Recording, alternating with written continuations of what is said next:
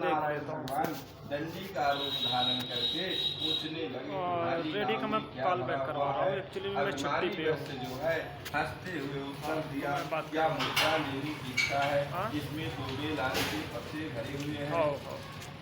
इस तरह कठोर वचन सुन करके दंडी भगवान जो है कहते हैं तुम्हारा वचन सत्य, तुम जैसा कहते हो उसी प्रकार हो जाए। उसने नाव में बेल आदि करके मूर्छित हो गया।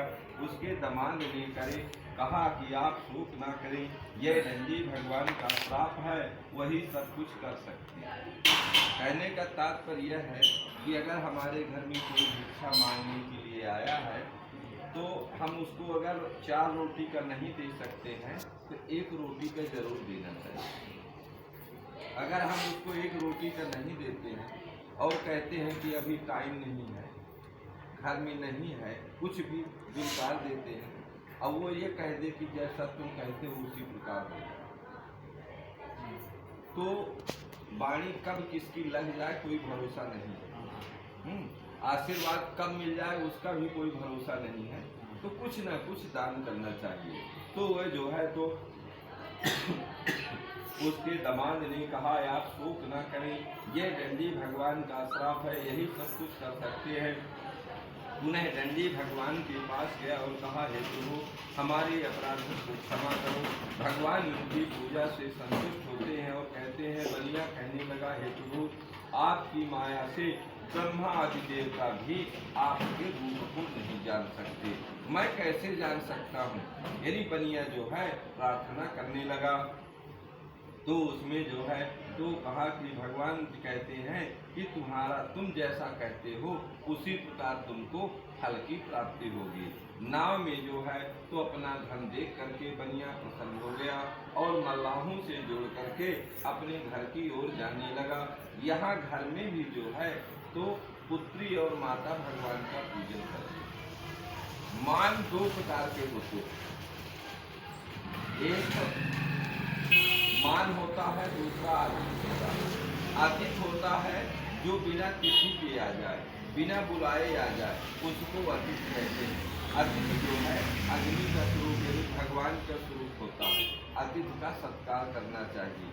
उसी प्रकार जो है वहाँ पुत्री और माता भगवान का जो है पूजन कर रही थी और दूतों ने जाकर के बताया कि तुम्हारे पति और दामाद आ रहे हैं। इस तरह दूतों के वचनों को सुन करके माता पुत्री से कहती है मैं चलती हूँ, तुम पूजा को समाप्त करके चली आना।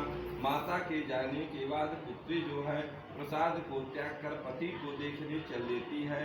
भगवान की कृपा से उसके स्वामी को थोड़े से जल में डुबा दिया। सारे मल्लाह चिंता करने लगते हैं कौन देवता के प्रकोप से नाव हर ली गई।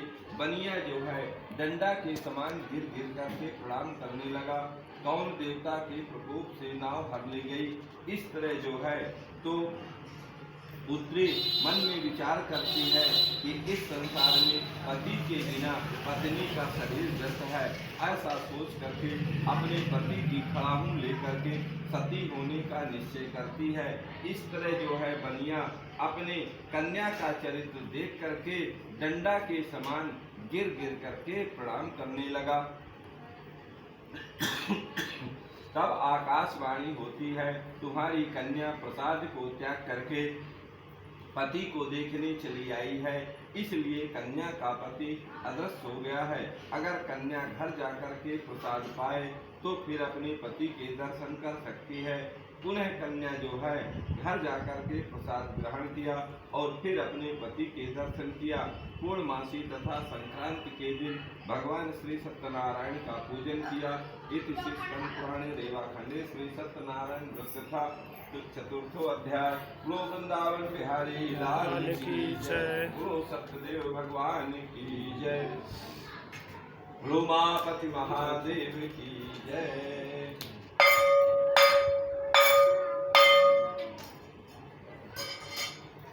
सूतवासे अथान